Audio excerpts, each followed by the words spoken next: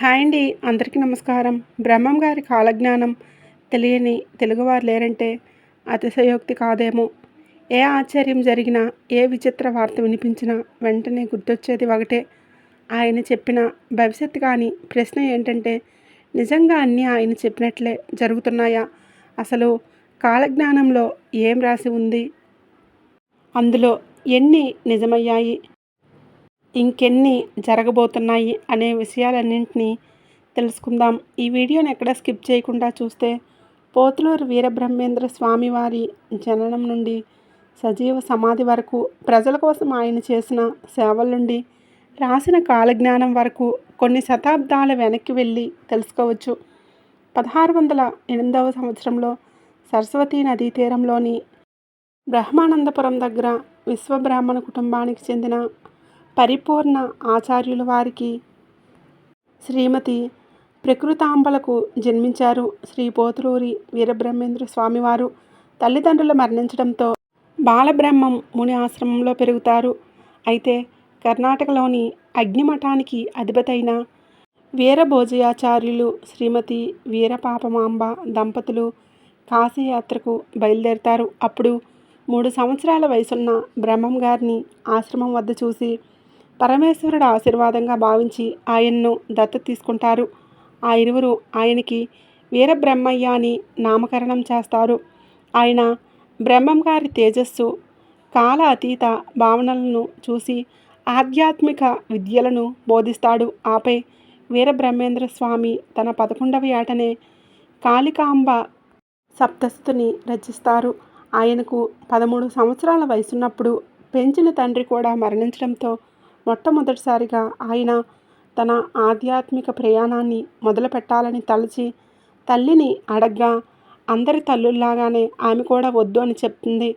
కానీ బ్రహ్మం గారు మీరు ఎప్పుడు పిలిస్తే అప్పుడు నేను మీ ముందు ఉంటానమ్మా అని చెప్పి వాళ్ళ అమ్మకి సృష్టి రహస్యాలను, కాలజ్ఞానాన్ని కూడా బోధించి అక్కడి నుండి వెళ్ళిపోతారు.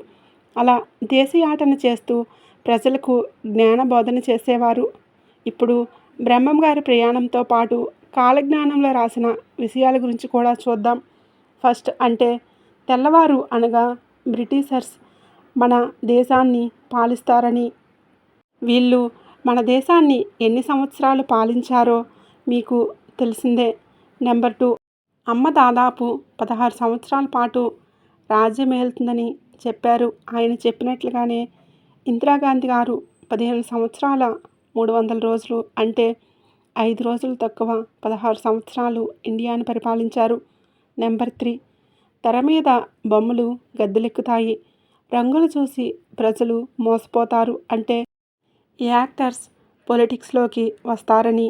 ఆయన చెప్పినట్లుగానే ఎన్టీఆర్ గారు, ఎంజీఆర్ గారు ఎంతోమంది నేటికి కూడా యాక్టర్స్ పొలిటిక్స్కి వచ్చి రాజ్యం ఏలుతున్నారు.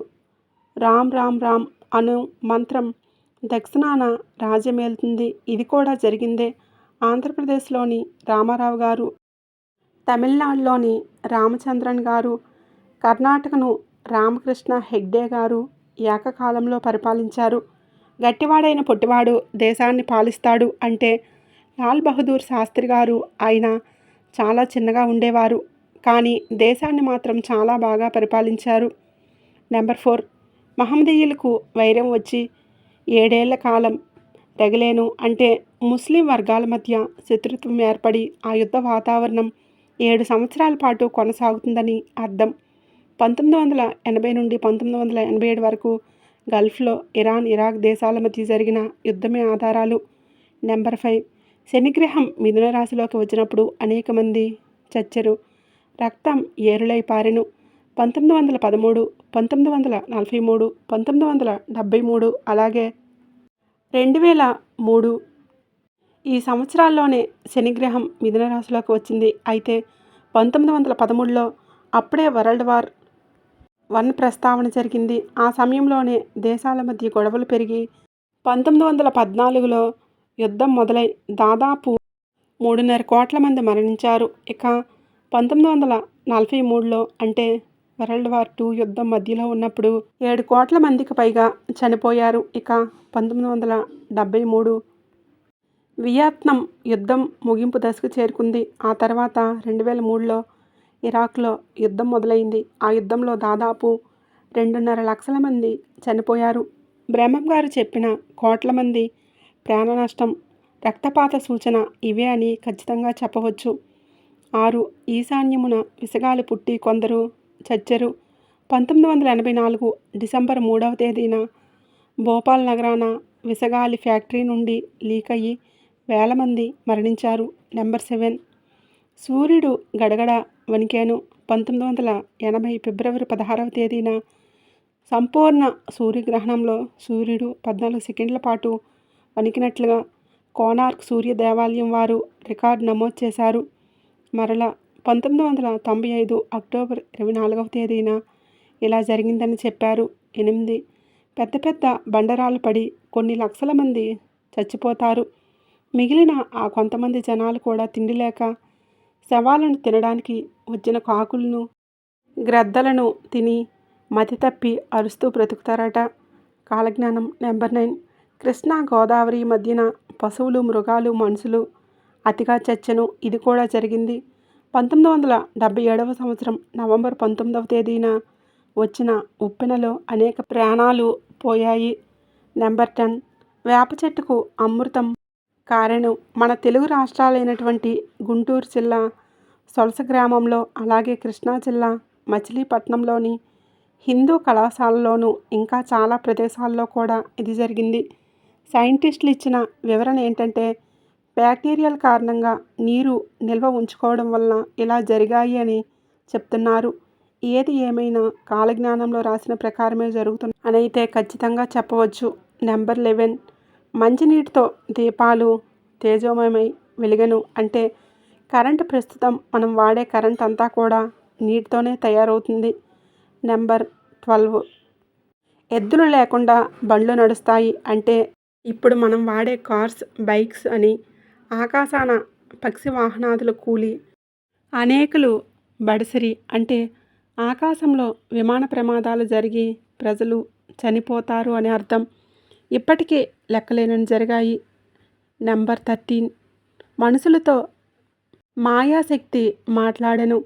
మనుషులు లేకుండా మాటలు వినిపించను. అంటే ఫోన్లు, రేడియోలు, టీవీలు అని సూర్యుని మహిమలు జనులకు కనిపించను. అంటే శాస్త్రవేత్తల ప్రయోగాల ద్వారా శాటిలైట్లను ఆకాశంలోకి పంపి సోలార్ సిస్టమ్ని కనిపెడతారు.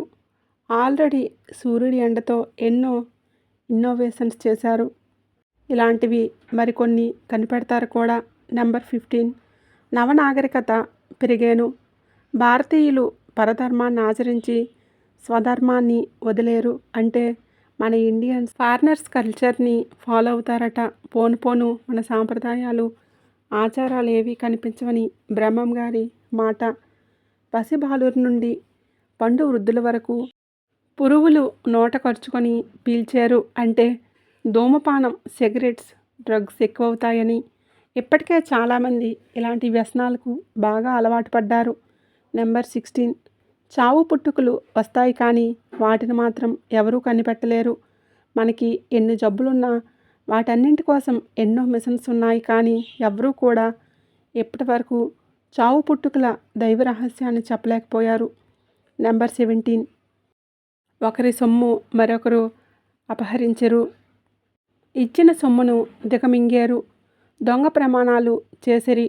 మోసములు పెరిగిపోవును. ఇది ప్రస్తుత కాలంలో అలవోకగా జరుగుతుంది. నెంబర్ 18 అడవి మృగాలు గ్రామాల్లో సంచరించెను. నిజానికి మనం అడవులను నరికివేయడం వలన ఇప్పటికే చాలా మృగాలు ఇళ్లల్లోకి వస్తున్నాయని రోజు న్యూస్లో చూస్తూనే ఉన్నాం. పాడి పంటలు తరిగిపోయెను. పైరుకు తెగుళ్ళు, రైతుకు దిగుళ్ళు అధికమయ్యెను. ఈపాటికి అర్థమైందిగా. పండిన వాటికి ధనం రాక అతివృష్టితో, అనావృష్టితో రైతులు కష్టాలు పడి నాశనమవుతారని. నెంబర్ 19 అధిక నిద్ర, అధిక ఆహారము కలిగి జనులు సోమరిపోతులైరి. భోగ లాలసత పెరిగెను. రోగ భయంబులు కలిగెను. అంటే ప్రజలు అన్నింటికీ మిషన్స్ వచ్చాయి కదా అని సుఖాలకు అలవాటు పడి శారీరకంగా శ్రమించకుండా సోమరిగా ఉండటం వలన ఓవర్ వెయిట్, ఆయాసం పెరిగి అరచేతిలో పుండ్లు, మోకాళ్ళల్లో మంటలు పుట్టి పీకల వాచి నడవలేక అరచి ఇబ్బంది పడతారట. ఇక ఇప్పుడు ఫ్యూచర్లో జరగబోయే ప్రిడిక్షన్స్ గురించి ఒక్కొక్కటిగా తెలుసుకుందాం. ఇందాక చెప్పినట్లు ఇల్లు విడిచి దేశాయాటనకు బయలుదేరిన బ్రహ్మం గారు ఈ వాక్యాలను ఒక గ్రంథంలో పొందుపరిచారని నిర్ణయించుకుంటారు.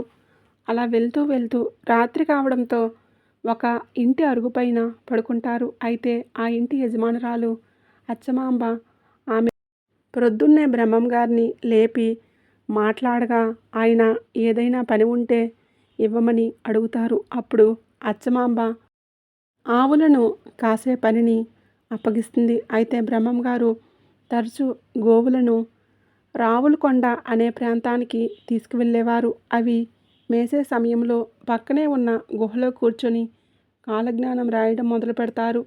అయితే గోవులు ఎటూ పోకుండా అక్కడే మేసేలా తన మంత్రశక్తితో ఒక వలయాన్ని ఏర్పాటు చేసి వాటికి రక్షణ కల్పిస్తారు. అయితే ఒకరోజు అచ్చమాంబ బ్రహ్మంగారిని అనుసరిస్తూ వెళ్తుంది.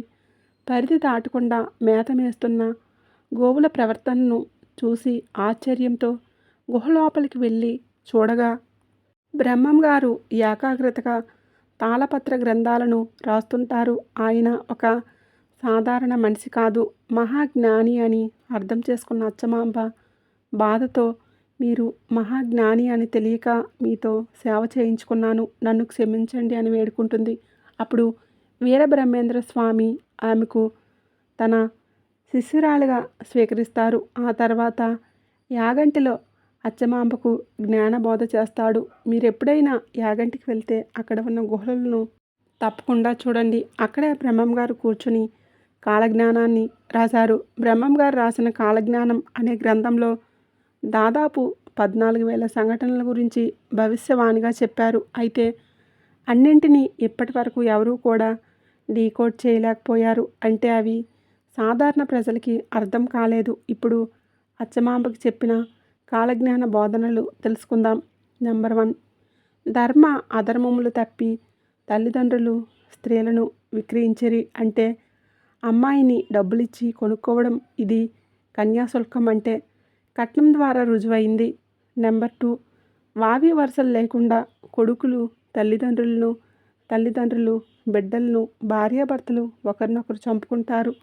ఈ కాలంలో ఈ వార్తలు లేని న్యూస్ పేపర్లు లేవు అనుకుంటా. నెంబర్ 3, వేశ్యల వలన చాలామంది ప్రజలు భయంకరమైన వ్యాధులకు గురవుతారు. ఇది ఆల్రెడీ జరుగుతుంది. ఆ రోగం ఏంటో కూడా మీకు తెలుసు. నెంబర్ 4, స్త్రీలు రాచరికములు చేశారు. పూర్వకాలంలో రచ్చబండ లేదా రాజ్యసభ స్థానాల్లో పురుషులు మాత్రమే ఉండేవారు. కానీ కలియుగంలో స్త్రీలు ఆధిపత్యం వహిస్తారని, ఉద్యోగ వ్యాపార రంగాల్లో, ప్రభుత్వ కార్యాలయాల్లో ఎక్కడ చూసినా ఆడవారి పరిపాలనే ఉంటుందని అర్థం. ఇవన్నీ జరుగుతున్న విషయాలే. నెంబర్ 5, ఒకరి భార్యను మరొకరు మోహిస్తారు. స్త్రీ పురుషులు కామపీడితులవుతారు. ఈ రోజుల్లో ఎన్ని చూస్తున్నామో మనకే తెలుసు. ముండమోపులంతా ముత్తైదువులు. పునర్వివాహములు జరిగిన వయసుతో సంబంధం లేకుండా ఒకే రక్త సంబంధీకులు, కులాంతర వివాహాలు, వేశ్య వివాహాలు ఎక్కువైపోతాయి. నెంబర్ 6, శాంతమూర్తులకు కూడా కోపం వస్తుంది. సాత్వికులు తమ సహజ ధర్మాన్ని, వేద విద్యలను, ఆచారాలను వదిలేస్తారు. పంచమజాతి వారు పంచాంగములు పట్టి తిరిగారు, వేదములు పఠించారు. అయితే బ్రాహ్మణులు ఒకప్పుడు పూజలతో పాటు చదువు కూడా నేర్పించేవాళ్ళు. కానీ ఇప్పుడు బిఎస్సి, బిఈ, బీకామ్, ఎంకామ్ ఇలా చదువుతో సంబంధం లేకుండా స్కూల్స్లో, కాలేజెస్లో చదువు వచ్చిన వాళ్ళు, రాని వాళ్ళు కూడా చదువు నేర్పిస్తారు కదా. బ్రాహ్మణులు లేకుండా శుభకార్యాలు జరుగుతాయి. వీధికి ఒక దొంగ బాబా పుట్టుకొచ్చి పంచాంగం చెప్తారట. నెంబర్ 7, దేవాలయాలను పాపాత్ములు తవ్వి నాశనం చేస్తారు. అంతేకాకుండా ఎన్నో విగ్రహాలను దొంగలిస్తారట. తిరుపతి వెంకటేశ్వర స్వామి దేవాలయంలో అనేక సార్లు దొంగలు పడతారు. ఇలా కాలజ్ఞానం చెప్తూ బ్రహ్మం గారు ఒక పల్లెకి చేరుకుంటారు. అక్కడుండే షేక్ సయ్యద్ అనే వ్యక్తికి జ్ఞానబోధ కలిగి తన పేరుని సిద్ధయ్య అని మార్చుకొని బ్రహ్మంగారికి సేవ చేసేవాడు. కులమత భేదాలు లేని బ్రహ్మంగారు అతడిని శిష్యుడిగా అంగీకరించి హితబోధనలు చేసేవారు. అంతేకాకుండా ఎన్నో కాలజ్ఞాన విషయాలను కూడా వివరిస్తారు. అందుకే ఇప్పటికీ కూడా బ్రహ్మంగారు లాంటి గురువు లేరు, సిద్ధయ్య లాంటి శిష్యుడు లేరు అంటుంటారు. అయితే అదే గ్రామంలో శివకోటయ్య అనే వ్యక్తికి గోవిందమ్మ అనే కూతురు ఉండేది. ఆమెకు దైవభక్తి చాలా ఎక్కువ. తండ్రి ఎన్ని సంబంధాలు తెచ్చినా కూడా తిరస్కరించేది. అయితే వీరబ్రహ్మేంద్ర స్వామిని చూసిన ఆమె తన కలలో కనిపించిన దైవాంశ సంభూతుడు బ్రహ్మంగారే అని తండ్రికి చెప్పి వివాహ ప్రస్తావన తీసుకువస్తుంది. శివకోటయ్య తన కూతుర్ని పెళ్లి చేసుకోమని బ్రహ్మంగారిని అడగ్గా ఆయన మొదట తిరస్కరించిన గోవిందమ్మ భక్తిని చూసి ఆమె జన్మ రహస్యాన్ని గుర్తించి ఆమె కోరిక మేరకు పెళ్లికి అంగీకరిస్తారు. అయితే బ్రహ్మంగారు గోవిందమ్మను వివాహం చేసుకునే ముందు ఇలా చెప్పారు: గోవిందమ్మ, మొదట నేను చెప్పే కాలజ్ఞానాన్ని విన్న తర్వాత వివాహంపై తుది నిర్ణయం తీసుకో. కలియుగంలో 1693వ సంవత్సరంలో వైశాఖ శుద్ధ దశమి రోజున నేను జీవసమాధి అవుతాను. ఆ తర్వాత నుండి వచ్చే 16 చక్రాల పిదప విశ్వవసునామ సంవత్సరంలో వీరభోగ వసంతరాయులుగా మళ్ళీ పునర్జన్మ పొందుతాను అని చెప్తారు. అయితే ఈ విషయం విన్న గోవిందమ్మ స్వామి జీవసమాధి నిర్ణయానికే బాధపడినా కూడా తన జీవితానికి పరమార్థం స్వామివారే అని వివాహానికి అంగీకరిస్తుంది. అలా ఆయన సన్యాసాన్ని వీడి పెళ్లి చేసుకుంటారు. వారిద్దరికీ 5 కుమారులు, 1 కుమార్తె. వారికి కూడా కాలజ్ఞాన విద్య బోధించారు బ్రహ్మంగారు. అయితే బ్రహ్మంగారి మహిమల గురించి విన్న బనగానపల్లి నవాబు మీర్ ఫజల్ అలీఖాన్ బ్రహ్మంగారిని స్వాగతిస్తాడు. అప్పుడు ఆ నవాబు బ్రహ్మంగారిని పరీక్షించాలని తన సైనికుడితో ఒక పళ్ళెంలో మాంసాన్ని తెప్పించి దానిపైన ఒక పరదాని కప్పి బ్రహ్మంగారికి ఇవ్వమని చెప్తాడు. ఈ పళ్ళెంలో ఉన్న పూలను, పండ్లను స్వీకరించండి స్వామి అని చెప్పాడు నవాబు. బ్రహ్మంగారు నవ్వి ఆ పళ్ళెం పైన ఉన్న పరదాని తీయగానే పళ్ళెం మొత్తం పూలు, పండ్లతో నిండిపోయి ఉంటుంది. బ్రహ్మంగారి మహిమలకు నవాబు ఆశ్చర్యపోయి క్షమించమని కోరి తనకు బోధన చేయమంటాడు. అప్పుడు బ్రహ్మంగారు బనగానపల్లె నవాబుకు ఇలా జ్ఞానబోధ చేస్తారు. నెంబర్ 1, బనగానపల్లెలో అలాగే దేశమంతటా నవాబుల పాలన, రాజుల పాలన క్రమక్రమంగా నశించిపోతుంది అని. నెంబర్ 2, శ్రావణ మాసంలో ఒక ఈత చెట్టు రేపల్లె మూలన పుడుతుంది. ఆ చెట్టు రాత్రి పడిపోయి ఉదయాన్నే లేచి నిలబడుతుంది. ఇలా 8 రోజులు రాత్రి పడుతూ ఉదయాన్నే లేస్తూ 8వ రోజు కుప్పకూలిపోతుంది.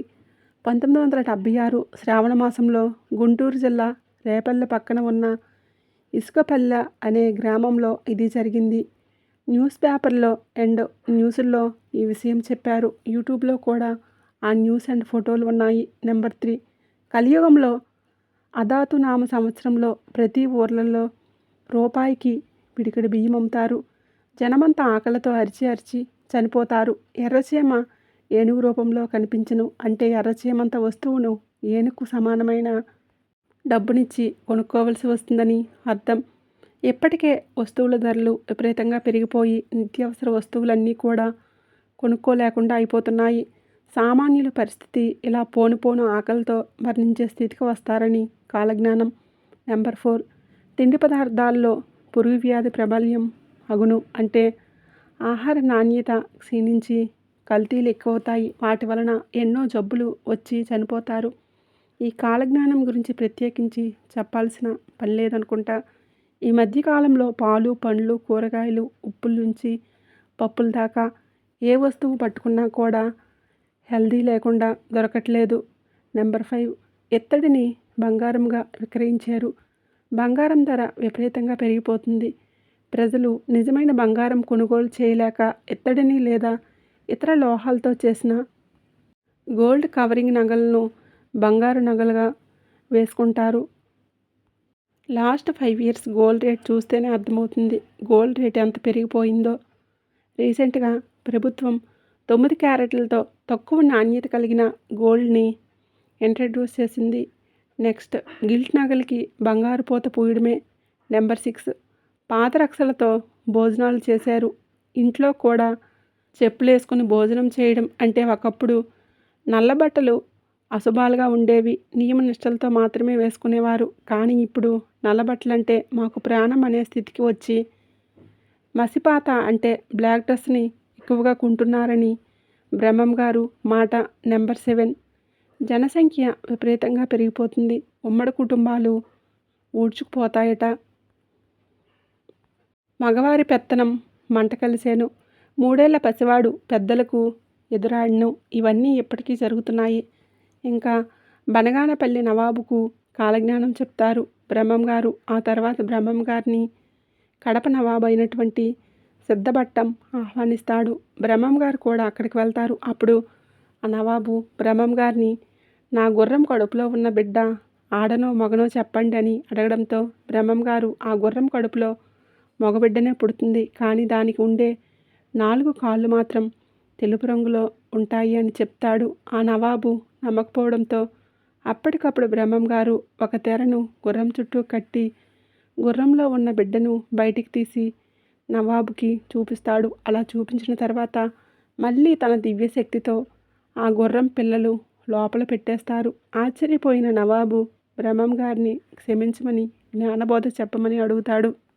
అప్పుడు బ్రహ్మం గారు ఇలా చెప్తారు. ప్రిడిక్షన్ 1 కలియుగం 5000 సంవత్సరాల మీదట కాశీలో గంగ కానరాకుండెను. ఇప్పటికే కాశీలో ప్రవహిస్తున్న గంగానది నీటిమట్టం తగ్గుతూ వస్తుంది. రాబోయే కాలంలో కల్కి సినిమాలో చూపించిన పరిస్థితి వస్తుందని చెప్పవచ్చు. నెంబర్ 2 తిరుపతికి వెళ్ళే మార్గాలు మూసుకుపోతాయట. అలాగే తిరుపతికి తూర్పున ధూమకేతు అనే నక్షత్రం పుడుతుంది. కలియుగంలో రానున్న ప్రళయాలకు ఇదే గుర్తు. నెంబర్ 3 మధుర మీనాక్షమ్మ మనుషులతో మాట్లాడతారు. కంచి కామాక్షమ్మ కన్నుల వెంట నీరు కారుతుంది. అమ్మవారి ఏడుపు విన్న తర్వాత ఎంతోమంది మరణిస్తారు. ఆ తర్వాత కామాక్షమ్మ ఆగ్రహంతో గిరగిరా తిరిగి ఎన్నో భూప్రకంపనలు పుట్టించి దక్షిణ భారతదేశం మొత్తాన్ని కాల్చి బూడిద చేస్తారు. నెంబర్ 4 కామాక్షమ్మ రక్తం క్రక్కెను అంటే నెల్లూరు జిల్లాలోని జొన్నవాడి గ్రామంలో ఉన్న ప్రసిద్ధ కామాక్షమ్మ వారు ఉగ్రరూపాన్ని ధరించి ఆగ్రహంతో అతి కఠినంగా పాపాత్ములను శిక్షిస్తారు. మన ఊహకందని రక్తపాతాన్ని సృష్టిస్తారట.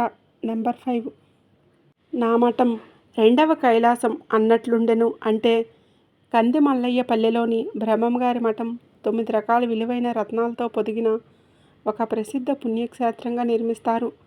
12 ఆమడలు అంటే సుమారుగా 144 నుండి 180 మైల్స్ వరకు ఆ గ్రామం విస్తరించి ఒక మహాపట్టణంగా అభివృద్ధి చెంది 2వ కైలాసం అన్నంత గొప్పగా ఉంటుందంట.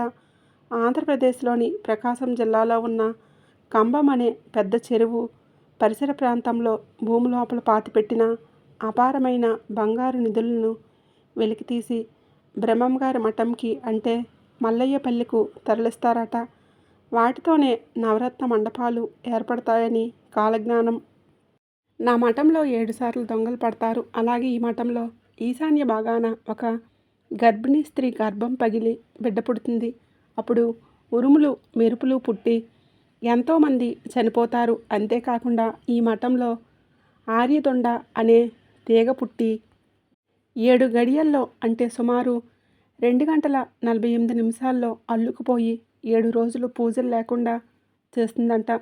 గుంటూరు జిల్లాలోని చారిత్రక కోటవీడు కోటకు ఉత్తరంగా ఉన్న ఒక రాతి గరుడ స్తంభం విరిగిపడుతుంది. నెంబర్ 7 ప్రతి 60 ఏళ్లకు ఒకసారి వచ్చే భార్గవనామ సంవత్సరంలో కార్తీక మాసం శుక్ల పంచమిన మంత్రాలయం దగ్గర ప్రాంతంలో అసాధారణంగా ఒక వేప చెట్టు మొలుస్తుంది. ఆ వేప చెట్టు నుండి 32 రోజుల పాటు అద్భుతమైన సువాసనలు వస్తాయి. సరిగ్గా 33వ రోజు నుండి ఆ చెట్టు ద్వారా భరించలేనంత దుర్వాసన వచ్చి అక్కడ ఉన్న ప్రజల ఒంటిపైన మంటలు పుట్టి బొబ్బలు చీము కారి పుండ్లు ఏర్పడి భరించలేని బాధను అనుభవిస్తూ చచ్చిపోతారు. ఆ తర్వాత తన శిష్యుడైన సిద్ధయ్యకు ఇలా చెప్పాడు. సిద్ధయ్య, ఒకప్పుడు క్షత్రియుల ఇంట్లో పుట్టావు, కానీ అప్పుడు గోహత్య చేసినందువలన ఇప్పుడు నీవు మహందీయుల ఇంట్లో పుట్టావు. గోహత్య చేసినందుకు పాప పరిహారం కోసం నాకు శిష్యుడిగా మారావు. నీవు గొప్ప జ్ఞానయోగివి అవుతావు. అలాగే నేను చెప్పే కాలజ్ఞాన వాక్యాలు రాబో తరాలకు అందించు అని చెప్తారు. హరిహరాదుల గుళ్ళల్లో పూజలు అంతరించిపోతాయి. గుళ్ళల్లోని మూర్తులు కళావిహీనమవుతారు. ప్రజల్లో భక్తిపోయి పాపాలు చేసే దుర్మార్గానికి దిగజారిపోతారు. కుంభకోణం గుడి కుప్పకూలిపోతుంది. తమిళనాడు ప్రాంతంలో ఉన్న పురాతన శివకేశవుల దేవాలయాలు కూలిపోతాయి. తమిళనాడులోని పళనిలో ఉన్న మురుగన్ ఆలయం 7 రోజులు మూతపడుతుంది. మరికొన్ని జరగబోయే కాలజ్ఞానాలు ఏమిటంటే, చోర రోగ ఉపద్రవములు అధికమగును. 360 రోగాలు ప్రబలమై వైద్యులకు అందక ముప్పు తిప్పలు పెట్టెను. అంటే కలరా, మసూచి, డెంగ్యూ, కరోనా లాంటి వైరస్లు నాన్ స్టాప్గా ఒకటి తర్వాత మరొకటి పుట్టుకొచ్చి అంతుచిక్కని వ్యాధులతో ప్రజలు చనిపోతారని బ్రహ్మం గారి మాట. నెంబర్ 2, ఉత్తర దేశాలు అంటే హిమాలయ సరిహద్దు ప్రాంతాల్లో యుద్ధాలు జరిగి అనేక ప్రాణ నష్టాలు జరుగుతాయి. భూకంపాలు వచ్చి భూముల్లో ఓంకారాలు పలుకుతాయి. నెంబర్ 3, కప్ప కోడికోత కూసెను, కోడి మనిషిలాగా అరిచెను. ఒక గ్రామంలో కూడా ఉన్న ప్రాంతాన ప్రకృతి నియమాలకు విరుద్ధంగా కప్ప కోడిలాగా అరుస్తుంది, కోడి మనిషిలాగా మాట్లాడుతుంది. అలా మాట్లాడిన దగ్గర నుంచి విపరీతమైన కరువు కాటకాలు వచ్చి ఎంతోమంది చనిపోతారని బ్రహ్మం గారి మాట. నెంబర్ 4, శ్రీశైల భ్రమరాంబిక గుడిలో 2 తలలున్న ఒక పెద్ద మొసలి చొరబడి 3 రోజుల పాటు మేకపోతులా గట్టిగా అమ్మవారిలో ఐక్యమవుతుంది. అప్పుడు శ్రీశైలం కొండపైన చెప్పుల వర్షం కురిసి భూమి కాలి బూడిదైపోతుంది. శ్రీశైలం ఉత్తరాన ఉన్న పెద్ద పెద్ద బండరాళ్ళు దొర్లుతాయి. వాటి కింద పడి కొన్ని లక్షల మంది నుజ్జునుజ్జవుతారు. అక్కడ కృష్ణానది పొంగి భారీ వరదలు వస్తాయి. ఆ నీరు మొత్తం దిగువ ప్రాంతాలకు ప్రవహించి రక్తం ఏరులై ప్రవహిస్తుంది. శ్రీశైలం మల్లికార్జునుడి కన్నుల వెంబడి నీరు కారుతుంది. అది విన్న యాగంటి నందీశ్వరుడు ప్రపంచమంతా గట్టిగా అరిచి రంకెలు వేస్తాడు. నెంబర్ 5, ఎంతోమంది పురుషులు ఘోరంగా చనిపోవడం వలన కావేరీ నదీ తీరాన స్త్రీలకు గాజులు పూసలు తీసేసి విధవరాలను చేస్తారు. విప్రుల ఇంట 2 చొప్పున విధవలు ఉంటారు. అంటే యుగాంతానికి ప్రతీకగా ప్రతి ఇంట్లో ఎదురేసి విధవరాలు ఉంటారంట. నెంబర్ 6, అహోబిలం నరసింహస్వామి క్షేత్రంలో నిర్జీవంగా గట్టిగా ఉన్న ఉక్కు స్తంభానికి ప్రకృతి విరుద్ధంగా జాజి పువ్వులు పోస్తాయి. ఆ తర్వాత ఆ ప్రాంతంలో ప్రజలంతా చనిపోయి ఒకప్పుడు ఇక్కడ జనులు ఉండేవారు అనే స్థితికి వస్తుందంట. నెంబర్ 7, చీమలుండే బెజ్జంలోనికి కూడా చోరులు దూరేరు. అంటే దొంగలు పడని ప్రదేశం అంటూ ఏదీ ఉండదని చోరులు దూరి స్త్రీలకు గర్భస్రావాలు చేశారు. పట్టపగలే ఇంట్లోకి దొంగలు చొరబడి గర్భిణీ స్త్రీలను కూడా చూడకుండా లైంగిక దాడులు జరపడం వలన స్త్రీలకు గర్భస్రావాలు జరిగి మరణిస్తారు. నెంబర్ 8, ఆకాశంలో సుమారు 180 కిలోమీటర్ల వరకు చీర ఆరేసినంత పొడవుగా ఎర్ర రంగులో ఒక భారీ ఆకాశం కనిపించి అందులో అతిపెద్ద నక్షత్రం ఏర్పడుతుంది. ఆ భయంకరమైన దృశ్యాన్ని చూసిన జనాలు భయంతో అక్కడికక్కడే చనిపోతారు. ఆ నక్షత్ర వలయం లక్షలాది ప్రజలను బలి తీసుకుంటుంది. నెంబర్ 9, లింగాపురంలో ఒక శక్తి పుట్టి ఊరూరా తిరిగి నాట్యమాడుతుంది. చాలామంది ఆమెను చూసి మోహించడం వలన రక్తం కక్కుకొని చచ్చిపోతారు. నెంబర్ 10, నాగుమల్లి నశించినట్లు నరజాతి నశించును. నాగుమల్లి పువ్వు చాలా సున్నితమైనది, త్వరగా వాడిపోయి నశించిపోతుంది. ఆ పువ్వులాగే మానవజాతి మొత్తం కూడా కలియుగంలో అతి త్వరగా పెద్ద ఎత్తున నాశనం అవుతుందని బ్రహ్మం గారి మాట. ఇక బ్రహ్మం గారు జీవ సమాధి అయ్యే ముందు తన కొడుకు గోవిందాచార్యులకు ఇలా చెప్తారు: ఇన్ని రోజులు నేను మనుషులను జ్ఞానం వైపు నడిపించాను, ఎప్పటి నుండే నువ్వే నడిపించాలి. గోవింద, నీకు ఒక అమ్మాయి జన్మిస్తుంది. ఆమె పేరు ఈశ్వరమ్మ. ఆమె ఒక మహాజ్ఞాని. ఆమె తన మహిమలను చూపించి నాలాగే జీవ సమాధి అవుతుందని చెప్తారు బ్రహ్మం గారు. బ్రహ్మం గారు రాసిన కాలజ్ఞాన గ్రంథంలోని భవిష్యవాణులు 25% వరకు పుస్తకాల్లో ప్రచురించారు. మిగతా 85% ఉన్న మహాగ్రంథాన్ని వీరబ్రహ్మేంద్ర స్వామి కంది మల్లయ్యపల్లిలో తన మఠం వద్ద ఒక గొయ్యిని తవ్వి పాపాత్ములకు అందకుండా తన దివ్యశక్తితో ఆ గ్రంథాన్ని గొయ్యిలో భద్రపరుస్తారు. అంతేకాకుండా అక్కడ ఒక చింత చెట్టును కూడా నాటి మరలా స్వామివారు వీరభోగ వసంతరాయలుగా వచ్చి ఆ గ్రంథాలను వెలికి తీస్తాను అని చెప్తారు. ఆ తర్వాత గోవిందమ్మకు ఇలా కాలజ్ఞానం చెప్తారు. విజయవాడ కృష్ణానదిలో బంగారు రథం కనిపిస్తుంది. అది చూసిన వారందరూ గుడ్డివారవుతారు. అంతేకాకుండా ఆకాశం నుండి 2 బంగారు హంసలు వచ్చి పట్టణాల వెంట తిరుగుతాయి. వాటిని అత్యాశకు పట్టుకోబోయి మరణిస్తారు. కృష్ణమ్మ ఎగసి దుర్గమ్మ ముక్కు పడకను తాకుతుంది. నందికొండ అంటే నాగార్జున సాగర్ సమీపంలో ఉత్తర దిక్కునున్న గుహలో చూడ్డానికి వికారంగా వికృతంగా ఉండే జీవులు పుడతారు. మార్కాపురం వద్ద బంగారు ఎద్దులను బయటికి తీస్తారు. గోవిందమ్మ నేను పునర్జన్మ పొంది వీరభోగ వసంతరాయలుగా వచ్చేటప్పటికి భూమిలో ఏ పరిస్థితులు ఉంటాయంటే 4 వర్ణాల వారు న్యాయం తప్పి ప్రవర్తిస్తారు. అలాగే భయంకరమైన కరువు కాటకాలు, యుద్ధాలు, విపత్తులు జరుగుతున్న సమయంలో కంచికి పడమర దిక్కునున్న గాండ్ల ఇంట్లో తైలవార కులంలో అంటే ఒక సామాన్యమైన నూనె తీసే పనిని చేసేవారింట్లో కోరికలు తీర్చే కామధేనువు పుట్టి అద్భుతం జరుగుతుంది. విశ్వబ్రాహ్మణులు కడు దారిద్ర్యాన్ని అనుభవించిన తర్వాత నేను వచ్చే కొద్ది కాలానికి ముందు పూర్వ వైభవం పొందుతారు. నేను కల్కి అవతారంగా అంటే వీరభోగ వసంతరాయలుగా వస్తున్నా అనడానికి మీకు ఇదే నిదర్శనం. మొత్తం పశుపక్షాదులు, మానవులు, అనేక జీవరాశులను 7 భాగములు చేస్తే అందులో 6 భాగములు నశించి 1 భాగపు జీవరాశి మాత్రమే జీవించి ఉంటుంది. ఉత్తరం ఉరిమిన దక్షిణం దహించిపోయిను. నేను వీరభోగ వసంతరాయలుగా వచ్చి పాతాళ గంగలో పచ్చబండగా పడి ఉన్న చంద్రగుప్త మహారాజుకు నా పాద స్పర్శ ద్వారా శాప విముక్తిని చేస్తాను. ఆ తర్వాత ఈ భూమిపై సమతుల్యత ఏర్పడి సత్యయుగం ప్రారంభమవుతుందని చెప్పి 1693 సంవత్సరంలో బ్రహ్మం గారు జీవ సమాధి అవుతారు. నేటికి ఆంధ్రాలో కందమల్లయ్యపల్లిలో బ్రహ్మం గారి మఠం ఉంది. అక్కడికి వెళ్తే బ్రహ్మం గారి కాలజ్ఞానాన్ని నమ్ముతున్నాను. మీరు నమ్ముతున్నారో లేదో కింద కామెంట్ చేయండి. అలాగే ఈ వీడియో మీకు నచ్చినట్లయితే లైక్ చేసి తప్పకుండా సబ్స్క్రైబ్ చేసుకోండి. అలాగే పక్కనే ఉండే బెల్ ఐకాన్ని క్లిక్ చేసి జై సంతోషి మాత అని తప్పకుండా కామెంట్ అయితే చేయండి.